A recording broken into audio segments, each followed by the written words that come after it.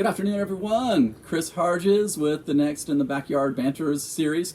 I'm honored today to have Mary Graden with us. She did extensive work with Moms Demand Action for Sensible Gun Control. She is currently a large part of the Good Trouble push to get people mobilized and get us excited about preserving our democracy. Thank you so much, Mary, for coming today. Thank you for having me. You are welcome. What do I do as a politician to get elected? And then what do I do when I get there to fix these problems and change these dangerous trends in our politics and in our social structure even? Listening, and then actually hearing what the people are saying to you, and then acting on that. I think that's the key, is actually listening to what the constituents want. And that gets hard for us when we are so divided.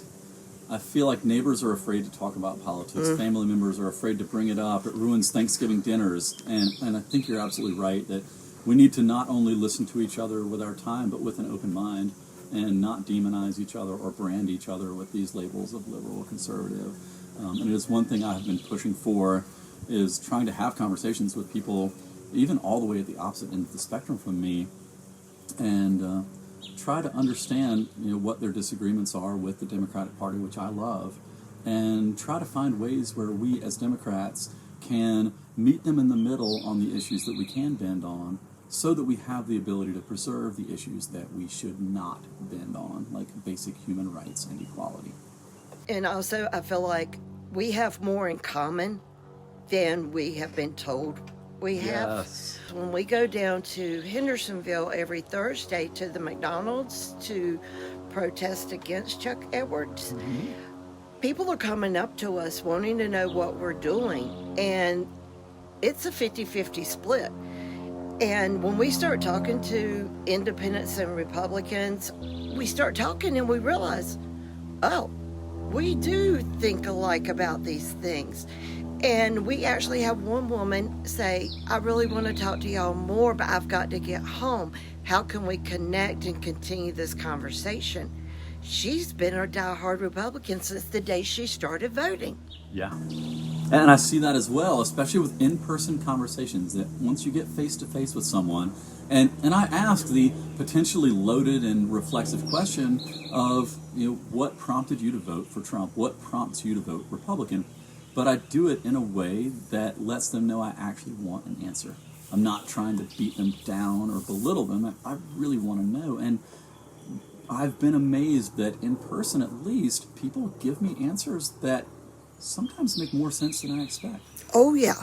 It's opened my mind to a lot of the flaws in the Democratic Party and the Democratic rhetoric, and it shows me places where I think we can improve.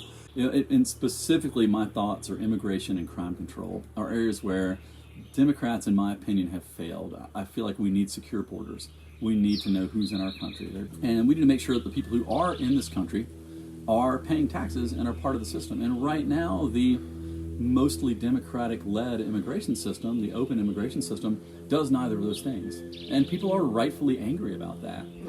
With that said, I don't think that we have to demonize Mexicans or anyone else who wants a better life in America in order to serve those needs. And this is a place where I see these extremes, where we're being told you have to agree with the liberal Democrats or you have to agree with the conservative Republicans. And it's just not true. Most Americans genuinely do lie somewhere in the middle. And that's one issue in particular where I feel like there's a lot of room for compromise without compromising our ideals, and even with strengthening them. Because I see it from the perspective of an immigrant who's hiring a coyote, some sketchy person they don't know, giving them most of their life savings to do this sketchy, dangerous desert crossing to get into America, and then have to hide from ICE and hide from enforcement and live under this cloud of fear. None of that is fair. None of that agrees with our values as Democrats, as humans. And the system's broken because if they do go the proper channel route, it is years and years and years. But one thing is, by the time they take their citizenship test, they know U.S. civics better than those that we do. Yes, a lot better than we do. Yeah. And I honestly feel like that as Americans, we should have to go back and take a civics course just to remind us of those things we learned but have forgotten. This is something that Shanna Peel was bringing up yesterday. You know, she's one of the leaders of the Buncombe area teachers union. Yes. And she was telling me that it is important for people to understand civics, how our government works, to understand the difference between fact and fiction. And it is unfortunate these basic ideas have become political. Yes. Where there's an aspect of, you know, in my opinion, especially the Republican Party, but in some degrees, the extremes of the Democratic Party that doesn't really want the truth because it doesn't support their ideals. Right. Red, Wine, and Blue, a group I work with a lot. That's who our Good Trouble group comes from their Trouble Nation platform. Okay. And they do a lot of month-long seminars. You go once a week, and they get usually teachers who are teaching AP Government or AP U.S. History, and they weekly, and they give you assignments. They're not a hard assignment, and you don't have to turn anything in. But they're working you and telling you the things that in the back of your mind are going, oh, I remember that from 5th grade, or oh, I remember that from Saturday morning cartoons. Yeah, absolutely. And it really has opened my eyes to things I thought I knew, but were incorrect because I was listening to the rhetoric of how the politicians are twisting things. Yeah. And that, in my opinion, is something that's got to stop. We got this checks and balance system. Even if it's not popular, you got to do your job that we as the constituents put you in to do.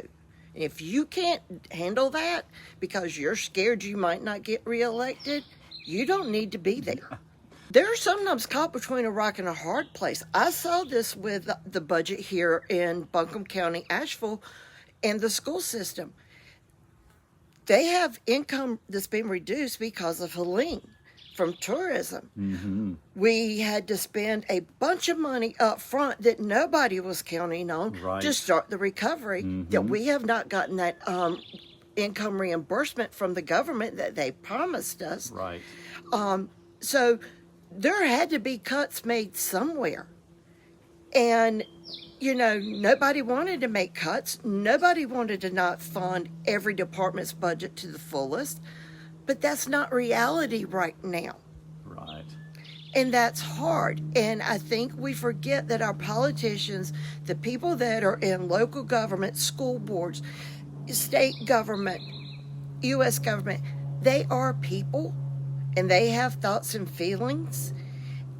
And it's very easy to get on the phone and yell at them, or it's very easy to get on your computer and become a warrior. But you get more flies with honey than salt. True that. True that. And I found myself in the past kind of liking or commenting on or even sharing these really aggressive liberal talking points because I feel so defensive and so reactive. That in my mind, we're being attacked so much by these really well-organized conservative talking pieces who are very well-funded that we have to fight back with everything we have. And I feel like a lot of this fight has been counterproductive to our cause. That, yes, we need to fight. We need to fight smart. We need to fight with truth. We need to not let ourselves get tangled up in this reactionary idea. For schools, I was at that Buncombe County meeting a couple of weeks ago where they decided that the schools were the places to meet the budget shortfall, and the schools were the place that suffered the primary brunt of these results of Helene. And I was extremely frustrated with what I saw as the inability of democratic elected leaders to see the power of our schools to make our county, our nation, stronger. And that is a major fighting point of my campaign. I'm a multifaceted personality, as is everyone. I'm a human. As a human, I think that all humans deserve their fair shot at the American dream. I think education is the foundation of that shot. As a Democrat, I do believe in responsible socialism, and I believe that funding our schools and creating excellent education helps the economy as a whole. But here's the weird part that people have a little trouble digesting. I'm a capitalist. I'm a businessman. I'm relatively wealthy. I pay a low tax rate due to these tax breaks that Trump and Biden and Clinton all allowed to come through. It's not just Trump. The problem is across the board. But I digress. My belief is that as a capitalist, as a business owner, I want strong schools. I want well-educated people to work for me, get the job done, and I need well-educated high-earning, middle-class members of society to buy the products that I create. And that's true of almost any business. Yes. So it frustrates me that the capitalist in these people reject so badly to the idea of fair taxes for high-wage earners that they would weaken our schools and weaken our future. Education is pretty much the foundation of our country. If we don't have... It's why we're strong. Yeah, if we don't have educated children coming along... We're toast. Yeah. I mean, I don't agree with how some other countries, drill their children 10 hours a day, 6 days a week. But when they get out into the workforce, they're smart. They know their stuff. But we have just as many smart kids. Absolutely. We need to invest in them. Yes. They have ideas. They have dreams. And I'm sorry, I'm old. I don't want to play on the computer. I can't handle it sometimes. But a 10-year-old coming along that already is doing massive PowerPoint presentations on the computer, it's like... It's impressive. It is very impressive. And that's the way forward. Yeah. Teaching technology, teaching science. And, our latest budget, we lost most of our science and technology in our schools. Yes. Which is super frustrating for my kids because they're like me. They're super geeky and they love getting into that stuff. And it's a detriment to their future employers as well. So my thought is education is something we absolutely need to invest in, but I feel like it's something that's been tangled up in this outsized voice of the overly wealthy. As an example, about 75% of Americans support cutting tax loopholes for the wealthy, and about 100% of rich millionaire, billionaire campaign donors do not support that. So as I'm running for office, I'm cutting the feet out from under myself by loudly proclaiming that I will cut these loopholes. And that applies to any politician. My hope is that even though I'm going to get attacked heavily from any imaginable direction, that we have the grassroots support. We have people who will listen to these discussions, will listen to their friends who say, hey, if you elect this guy, despite this mud they're throwing at him, he actually is going to put more money in your pocket. And I think it's this basic message that gets lost in the turmoil and in the vitriol. And, aside from the obvious goal of winning, flipping the house, and making America better for all of us, my other goal is to improve the nature of politics and the nature of our discussion on these topics. Yes. And I think that what you're doing with Good Trouble is a different branch of the same goal, where you're getting people motivated enough to make a splash, get attention, open up some of the NUI in American politics, and get people to care. And I love what you're doing with that. And elaborate a bit, if you will, on the work you're doing, how you're getting people motivated, how you're organizing. We started back last year going downtown on Friday evening, setting up a table and talking about Project 2025. We knew people had heard about it, but they didn't really know the nuts and bolts. And we were trying to get them to see the nuts and the bolts and how dangerous it could become if the things that were in that were implemented. Really scary stuff. Fast forward. We have now implemented almost all of it. If the big, beautiful bill comes through, I think they said up to 95% of Project 2025 will come to fruition. That is terrifying. You don't have to read the 900 pages. You can read the synopsis. There's a Project 2025 tracker that you can go on the computer and you can see what's being eliminated and what. All this government Doge stuff, that's all out of Project 2025. Majority of the authors of those chapters, they now have administrative positions in the cabinet. Oh, that's scary. And as secretaries. And there are 110 interest groups that also worked with those individuals that have these high-powered positions now, like Russell Vogt. They have conservative interest groups that put their weight behind it, such as the Heritage Foundation. It's very well funded. Moms for Liberty. Very powerful organizations. Very much so. They have a lot of money, and if they don't come after me, then I have failed in my mission. Right. If I can't trigger them to get some really creative attack ads going against me, then I must not be doing it right. Exactly. And we are trying to make sure everybody understands, because if we don't educate the people as to what is happening, they're not going to vote with an informed mind. They're going to vote based on what they've heard on the internet or what they've seen on attack apps. Right. And they're not going to dig any deeper. Yeah. And that's where we need to motivate people to dig deeper. And I think these marches and these organizations are doing that. Yeah. So with that big, beautiful bill, which I call the big, beautiful BS. Yeah. One of the things that scares me that I just saw coming out is that if you are wronged by the federal government, which does happen, the federal government makes mistakes, instead of being able to sue the federal government, you now have to put a $50,000 or $100,000 cash bond down to have the right to sue the federal government, which means the justice system only works for the wealthy. And this is in that bill. This is not an idea. This is in that current version of that bill, which will pass. Can you tell us some other horrifying things in this big, beautiful bill that we should watch out for, especially in relation to Project 2025 that you mentioned? One of the big things is people don't understand that reducing the Medicare, the Medicaid, the SNAP, you are essentially making people unhealthy. And when they become unhealthy, then we have higher rates of cancers, heart diseases, death. Yeah. And because you're taking away their ability, one, to get food. Majority of people are living right paycheck to paycheck at the poverty line. You sent me, and the average income in Western North Carolina is dancing right at that cost of living. It is poverty borderline for the average Western North Carolinian.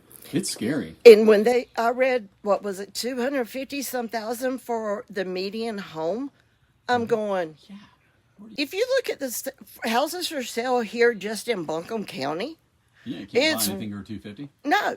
You may buy. That number is based on tax values, which are low. Yeah, because that's a whole skewed system in and of itself. And this is something that I've been kind of arguing with the city council, saying, let's look at this. Let's look at this old farmstead on these 2 acres of land out in Leicester in the middle of nowhere that you've got the tax value at $78,000 as a shack on it.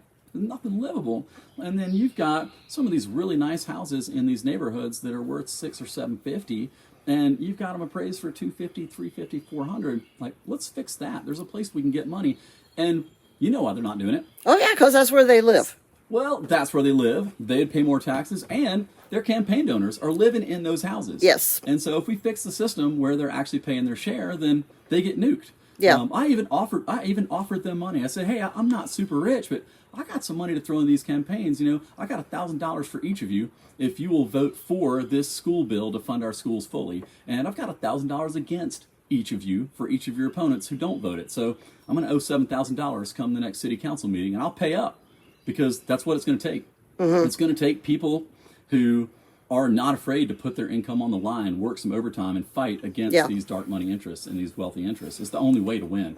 And we have to win. I feel like we're going downhill. Yeah, we've got to. Something's got to change. We've got to fix this system. The widening wealth gap, the widening power gap is not good for America. One of the ways we're going to keep the gap reduced is by making sure we have well-educated children. Because I'm getting on up there. I don't work. I'm retired. So I'm going to have to depend on the kids that are graduating college right now. And I'm hoping and praying they've got a good education because it's that trickle-down effect. Right. But they got to pay into Social Security because the system's backwards. Yeah. Social Security should be your money, moving forward, making money, and it should triple over the course of your working lifespan. Exactly. Instead, it's dependent on the new earners. So you're absolutely right that your Social Security is in danger not only due to politics, but due to the unstable economy that we have, due to tariffs, due to the cuts to education, due to the cuts to some of the organizations that keep our economy flowing. And one of the things I saw this past week, I went to the eastern part of the state. Yeah. Their gas is anywhere from 20 to 30 cents higher. Higher? Yeah. That's odd. Yeah, I think it'd be cheaper. That's what I thought. Yeah. I was like, why is their gas so much higher? And I can't figure out why.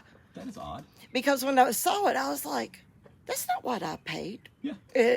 And I thought it would be cheaper the farther east I went. Yeah, I would think that. Nope. Yeah.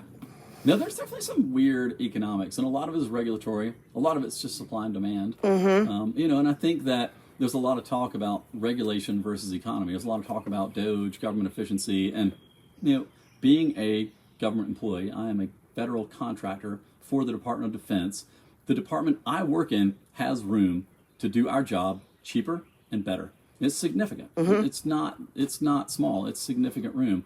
I've talked to people in other departments very much off the record and getting the same thing, with the exception of our schools. I've got good inside view of the schools with having 2 kids in schools, having Natalie be very active in the PTA, Public School Strong. We see the budgets. We see where it goes. Our schools are incredibly efficient. They're a shining example of how the government actually works well.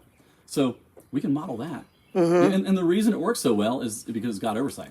Yeah. It's got eyes on it, and it's got people who care. And we need that mentality with all of our government agencies. We don't need sledgehammers and chainsaws hacking things up at random, but we need smart people to make these systems better, because it's a real problem. Our regulations are sometimes stifling on small business. They're sometimes really difficult, and the regulations sometimes are so backwards and so difficult that if I were to try to build a house in Asheville, a small, affordable house, I'd spend about $100,000 meeting the regulatory requirements before I broke ground. And that's counting delay of project. That's not just the physical cost. That's the delay of project, which is really a larger cost. But still, if you buy a house in Asheville, you're paying $100,000 for bad regulations. And granted, the regulations have their purpose to preserve the environment and to preserve the building, but they're not doing that.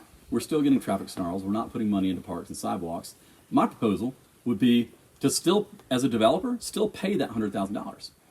Which sounds silly for me to want to tax my profession, but I would say we as developers should pay $100,000 an acre for land that we're going to divide in Asheville or another major city, and that money forces that municipality to deal with their own regulations, so we don't have to hire engineers and delay our project. It is the responsibility of the municipality to interpret their own regulations and give us a plan.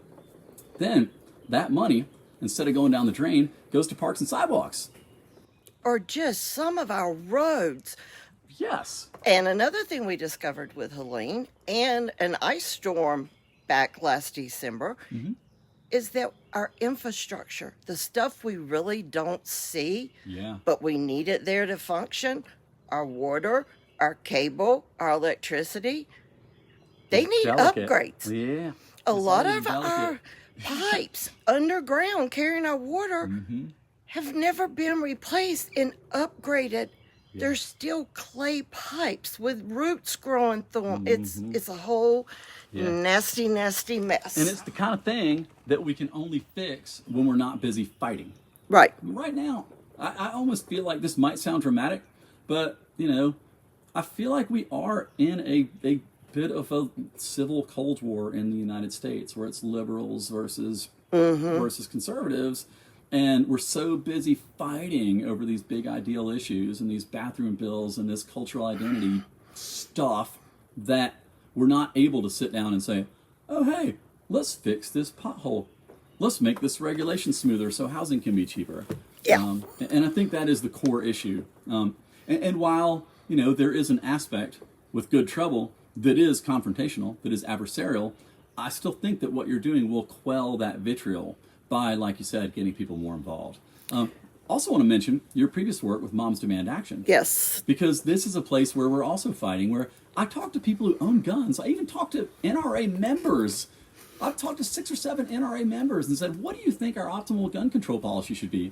And it's always pretty close to my ideas, where we need guns, we need the Second Amendment, we're a nation of gun owners, we're not going to fix that. And of course, in my personal perfect world, nobody would have any guns. We'd settle our disputes with words or thumb wrestling if it really came down to it. Yeah. But that's not the world we live in. We have guns, and the power of the Second Amendment to arm the populace and make us harder to overthrow is real. We need to keep that.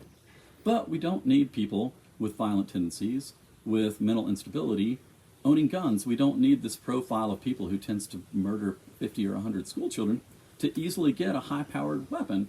And even people I speak to who are NRA members, who are strong proponents of the Second Amendment, agree on this basic principle.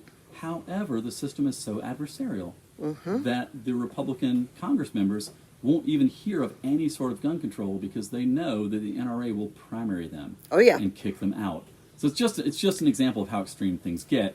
and one that you probably know a lot more about than I do with your work with Moms Demand Well, Action. and always in a conflict between Moms Demand Action and my husband's job as a special agent for alcohol, tobacco, firearms, and explosives.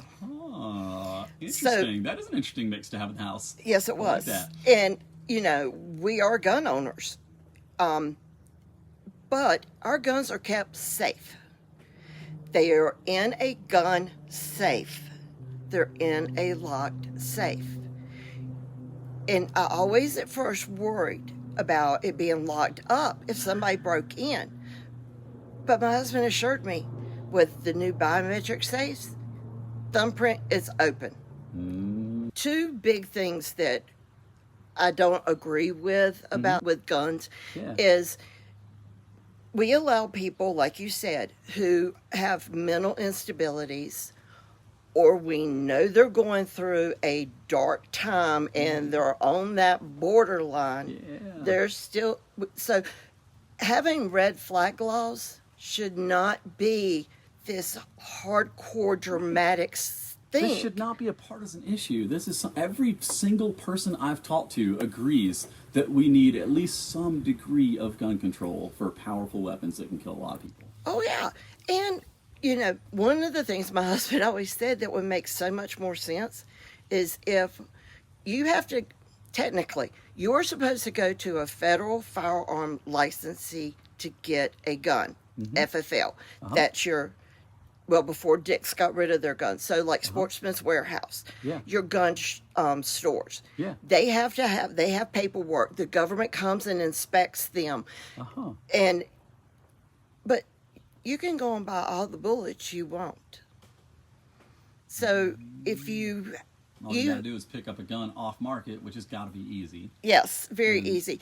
So if you were only allowed to purchase X number of bullets a day or a week or a month, that would be helpful.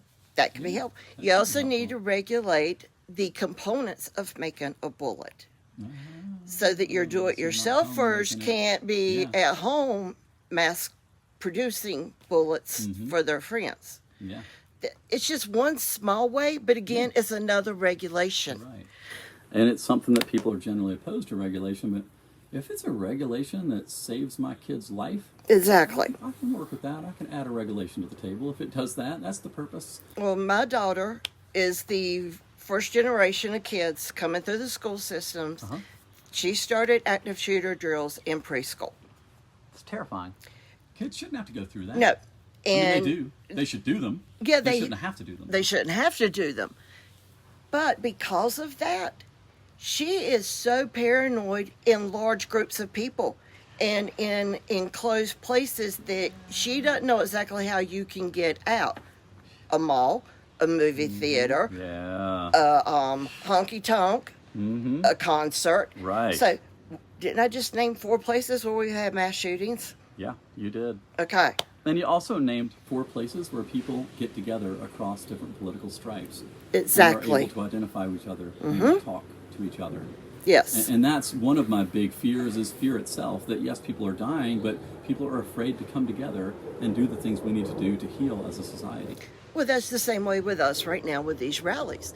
We train safety marshals, and they go through de-escalation training so that we use our words instead of fist or gun. Yeah. But we are paranoid that we're going to turn around one day and we're going to see a group like they saw in Charlottesville, Virginia, coming down with their guns and their torches and stuff. Yeah. Because that's real. It's happened before. Yeah. And we know if it's happened before, it'll happen again. It'll happen again. Yeah. And we're going to have that. We always tell everybody at the beginning, this is peaceful. We're here expressing our frustrations and our angst against what we see is happening in our government. And we're going to do it peacefully. Yes. We're going to do it with our voices. And then when we go to the ballot voting next time, then we speak even louder. Yes. Yeah. Natalie and I and the kids had a long and pretty difficult discussion after this assassination in Minnesota last week. And, on the one hand, made me question my decision to continue, but on the other hand, it strengthened it. Because if people are afraid and backing off, we lose. If we're afraid to speak our minds, if we're afraid to fight, we have already lost. America is no longer a democracy. And I don't want to be one of the people who lets that happen. No, I don't. And see, that's the other thing I don't think people understand. If we lose our democracy, we're going to have state-sponsored TV. We're not going to have all these streaming channels that we get to watch anything we want. Yeah. We're going to be going back to ABC, NBC, CBS, and that's it. And they'll be tightly controlled. Extremely controlled. As will the economy. We're not going to be able to just get on the internet and say, hey, let's go to Germany next year during the Christmas market. Right. No. Yeah. People aren't, and people go, oh, that would never happen. It is happening. Yeah. It is. People are afraid now, and the current Project 2025, and, I mean, Trump openly talks about wanting to be a king, wanting to be a dictator. He openly talks about the Gilded Age being a great time for America, where the majority of American citizens were poor and living enshrouded in smog and toxic water. Yes. That's what he wants. Well, and he talks Openly, about... That's what he openly talks about wanting for America. Yeah, when he talks about how great he thinks Kim Jong-un is. Right. Yeah. And it is absolutely bonkers that someone who is that openly anti-democracy and anti-American has that much support. And so this brings me back to asking this question. Hey, friend, neighbor, random person I'm talking to on the street, what prompted you to vote for someone who has these outwardly anti-democratic qualities? And of course their first response is, oh, they're just talking, he's not anti-democratic, which is just a reaction. But then once they get through that and say, okay, we can agree to disagree on that, but I'm still curious what makes him attractive. And the big issues I get are border control, crime control, government efficiency. Economy. Economy. The economy part, they'll say the economy, but they don't. It doesn't take a rocket scientist to see that Democrats are better for the economy. Right. It's very clear. Trickle-down economics does not work. But Fortean economics does. But when they're referring to economics, they're talking about inflation. They're talking about their personal pocketbook. Yeah. When they go up to the checkout line, at the food line, the Ingles, wherever, and it's $200 for a week of food. Right. That's what they're not talking about this whole big picture of the. Right. They're talking about. We got to bring it down to the table, to the grocery store.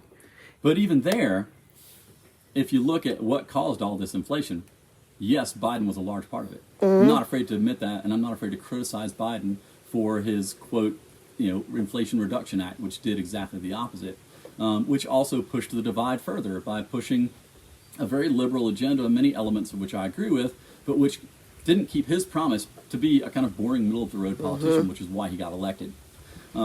He also, with that, increased inflation, which was started under the Trump administration with Trump tax cuts, and which continues. So the inflation issue, to me, is owned by both parties. Obviously, Biden has failed to stop it, but the initial trigger, and if you look at the acceleration, that exponential acceleration, it was already going by the time Biden got into office. And plus, too, we had COVID. You have to factor in COVID there. Right. People were losing their jobs because nobody was going anywhere to shop. Right. And while the reaction to that was needed, there was an overreaction. Yes. There was an overreaction of the bond buying program, an overreaction of, the specific policy that really irks me was where Biden set up an unemployment policy that, for many income classes, paid people to not work. Yes. And this comes out, I'm running my construction business. I'm fixing houses, I'm building houses. And I sat down with my crew and said, hey guys, I don't want you to do this, but I'm not gonna hate you if you do it. Like you guys can just goof off and go kayaking for the next couple of months, making more money than I can afford to pay you. Like, I'm not gonna hate you if you do it. I don't want you to do it, but I'm not gonna hate you if you do it. And thankfully they all stayed. They said, no, man, I'm in it to win it. I want this business to succeed. I want this to do well. Right. And I'm gonna stay. But that was not true for a lot of businesses. No, it was not. And this was a horrible mistake that Biden made at a time when we're trying to strengthen the economy from the impacts of COVID, and instead he's further weakening it by encouraging people to not work. And it's policies like that frankly give the Democrats a well-deserved bad name. And it's policies like that that push people to vote for Trump, despite what I see as some pretty obvious flaws. Exactly.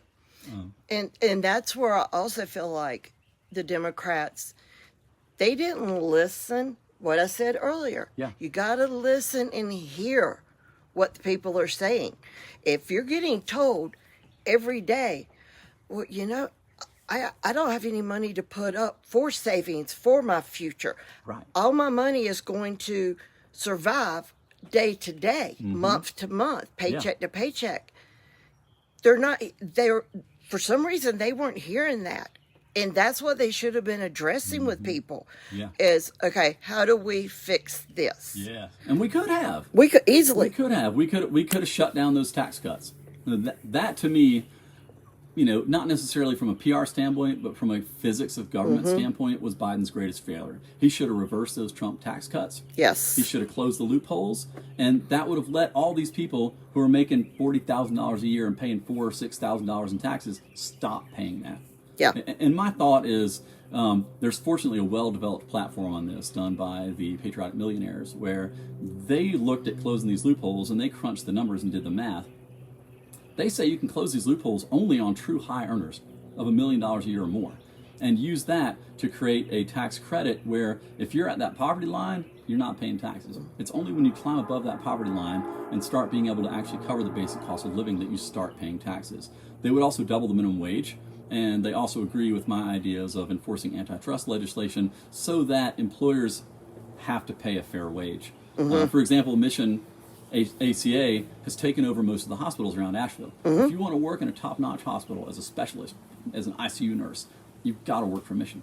And they've used that to push wages down and down and down, where that's a clear violation of antitrust laws. They're the only game in town. And no one's enforcing the antitrust laws because, again, money is controlling our politics too much.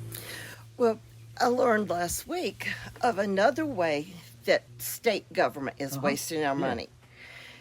They are spending $18 million to subsidize pregnancy centers that all they do is an ultrasound and a pregnancy test. And then a long religious-based lecture against abortion. Exactly. Yeah. With federal money. Well, no, state money. State money. And With a our lot tax of money. look, in some of these places, they're paying on money, and they don't even have a physical place.